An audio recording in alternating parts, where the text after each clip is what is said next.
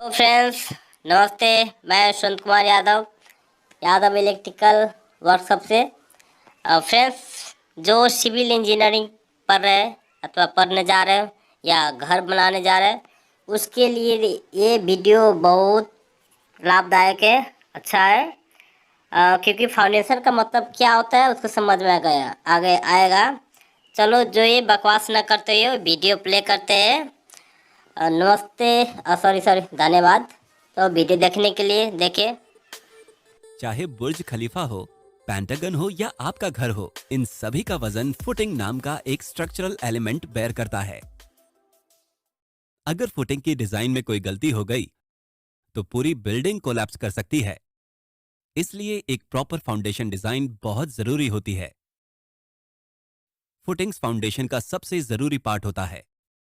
इनका काम होता है कॉलम्स पर कॉन्सेंट्रेटेड बिल्डिंग के हैवी लोड को उसके वाइड सरफेस एरिया तक डिस्ट्रीब्यूट करना, ताकि स्ट्रक्चर को स्टेबिलिटी दी जा सके। चलिए फुटिंग्स की इंपॉर्टेंस और उनके अलग अलग टाइप्स को समझते हैं। आइए, फुटिंग्स के डिजाइन कॉन्सेप्ट को समझने से पहले आपको सॉइल के बारे में कुछ जानने की जरूरत है। स्पेसिफिकली इंजीनियर्स को ये एनालाइज करना चाहिए कि किसी पर्टिकुलर लोकेशन का सॉइल एक कैलकुलेटेड अमाउंट का लोड बर्दाश्त कर सकता है या नहीं।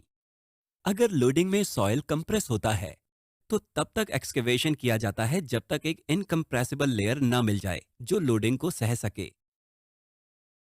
आप देख सकते हैं कि इस लेयर पर प्लेट लोड टेस्ट ज्यादा कंप्रेशन नहीं कर रहा है। सिविल इंजीनियरिंग की फिजिक्स में सॉइल की इस लेयर को हार्ड स्ट्राटा कहा जाता है। हम इस हार्ड स्ट्राटा पर लोड ट्रांसफर करने के लिए कॉलम्स ऐड कर सकते हैं और पिट को सॉइल से कवर कर सकते हैं। इस प्रोसेस के बाद सॉइल आसानी से स्ट्रक्चर का लोड बेयर कर सकता है। लेकिन जब इस लोड को कॉलम्स पर कंस्ट्रेट कर दिया जाता है तो कॉन्टैक्ट एरिया कम होने की वजह से सॉइल पर ज्यादा स्ट्रेस पड़ेगा। अगर ये स्ट्रेस सॉइल की बेयरिंग कैपेसिटी से ज्यादा हो जाता है तो पंचिंग इफेक्ट होगा, जिसकी वजह से स्ट्रक्चर इम्बैलेंस होगा। वो क्रैक भी हो सकता है या पूरी बिल्डिंग भी फेल हो सकती है। इस फेलियर से बचने के लिए आप सॉइल और कॉलम्स के बीच का कॉन्टैक्ट एरिया बढ़ा सकते हैं। चलिए कॉलम के बेस पर एक प्लेट मेंबर फुटिंग को इंट्रोड्यूस करते हैं। अब कॉलम का लोड इन प्लेट मेंबर्स के जरिए सॉइल पर इवनली डिस्ट्रीब्यूट हो जाएगा। कॉन्टैक्ट एरिया बढ़ जाने की वजह से सॉइल पर स्ट्रेस कम हो जाता है और बिल्डिंग खड़ी रहती है। फुटिंग डिजाइन में एक स्ट्रक्चरल इंजीनियर का मेन काम फुटिंग का एरिया और थिकनेस पता लगाने का होता है। ये दो फैक्टर्स साइट पर मौजूद साइल की बेयरिंग कैपेसिटी और बिल्डिंग के वेट के हिसाब से तय किए जाते हैं। हमने फुटिंग एरिया की इंपॉर्टेंस तो देख ली। बिल्डिंग का वजन जितना ज्यादा होता है, फुटिंग की चौड़ाई भी उतनी ही ज्यादा होनी चाहिए। इसके अलावा अगर बिल्डिंग पर हवा, बाढ़ जैसे लिटरल फोर्सेस लगते हैं तो इन फुटिंग्स की वजह से फुटिंग और सॉइल के बीच होने वाले फ्रिक्शनल रेजिस्टेंस के कारण बिल्डिंग स्लाइड नहीं होगी। अब दूसरा डिजाइन एस्पेक्ट, फुटिंग की थिकनेस। फुटिंग को सॉइल का प्रेशर भी बेयर करना होता है। अगर फुटिंग की थिकनेस कम हुई तो सॉइल के अपलिफ्ट प्रेशर की वजह से कॉलम्स के दोनों साइड में से कोई भी फुटिंग बेंड हो जाएगी। इस इफेक्ट को अप्लाइड बेंडिंग मोमेंट कहा जाता है। आप यहां FEA रिजल्ट में इस इफेक्ट को देख सकते हैं। इस रिजल्ट से बचने के लिए प्लेट की थिकनेस को बढ़ा दिया जाता है। ये लीजिए, अब हमने अपनी बिल्डिंग की फुटिंग ज्यादा सेफ और स्ट्रांग बना दी है।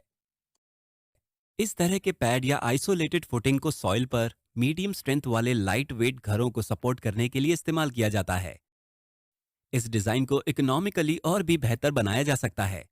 अगर आप इस एरिया पर सॉइल के प्रेशर को देखें तो ये यूनिफॉर्म है, लेकिन जब हम फुटिंग की सेंटर जोन में आते हैं तो अप्लाइड बेंडिंग मोमेंट बढ़ जाता है। इसलिए एजेस के मुकाबले सेंटर पर फुटिंग थिकनेस की ज्यादा जरूरत होती है। इसलिए आइसोलेटेड फुटिंग्स के लिए मॉडर्न स्ट्रक्चर्स में ट्रैपीजॉइडल फुटिंग शेप अडॉप्ट किया गया है।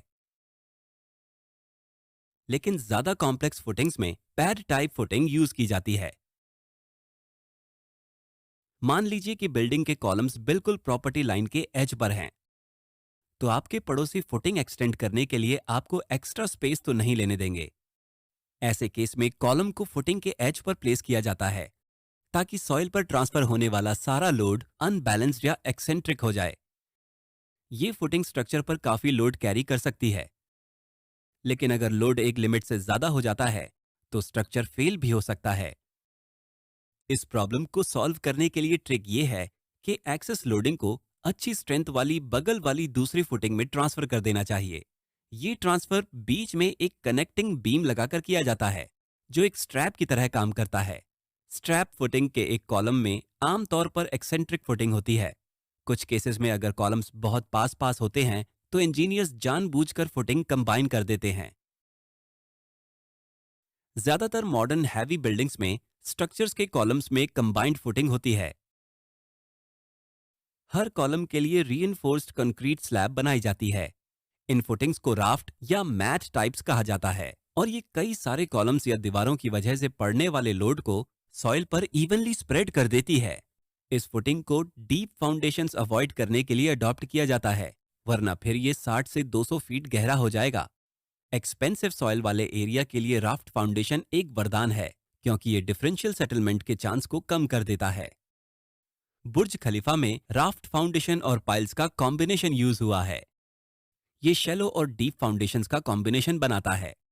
हम अगले वीडियो में इसके बारे में और जानेंगे। तो फ्रेंड, ये वीडियो आपको कैसा लगा?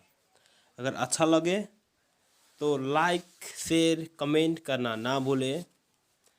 और अगर आप लाइक शेयर कमेंट कर रहे हैं तो अगली बार फिर से बढ़िया वीडियो लाने की कोशिश करेंगे हम। वीडियो को देखने के लिए धन्यवाद।